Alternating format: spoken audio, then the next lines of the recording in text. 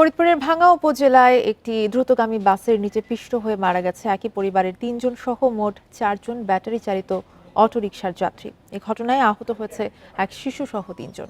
দুপুরে ঢাকা বরিশাল মহাসড়কের কৈডুবি সদরদি rail crossing এলাকায় এই দুর্ঘটনা ঘটে। শুক্রবার সকালে ফরিদপুরের ভাঙ্গা উপজেলা থেকে যাত্রী নিয়ে চুমুরদি ইউনিয়নের দিকে যাচ্ছিল একটি ব্যাটারি চালিত অটোরিকশা। এ সময় বিপরীত দিক থেকে আসা নিউ মডার্ন পরিবহনের একটি বাসের সঙ্গে অটোরিকশাটির সংঘর্ষ হয়। এতে ঘটনাস্থলেই অটোরিকশার যাত্রী নূরজাহান বেগম, তার মেয়ে রিমু আক্তার ও আরেক যাত্রী মারা যায়। প্রত্যক্ষদর্শীরা জানায় বাসটি দ্রুত গতিতে ভুল লেনে চলছিল। বাসের ধাক্কায় অটোরিকশাটি মুহূর্তেই দুমড়ে মুচড়ে যায়। রং সাইড এসে পরিবহনে মারি দিয়েছে অটোরে।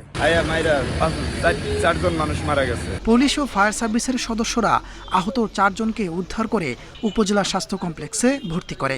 সেখানে চিকিৎসারত অবস্থায় মারা যায় রিমু আক্তারের 3 বছরের ছেলে রায়ান।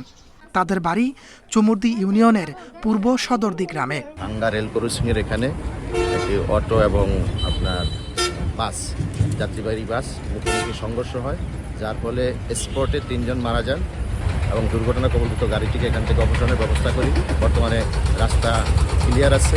এই ঘটনায় বাসটিকে জব্দ করা হলেও পালিয়েছে চালক ও তার সহযোগী। Independent news.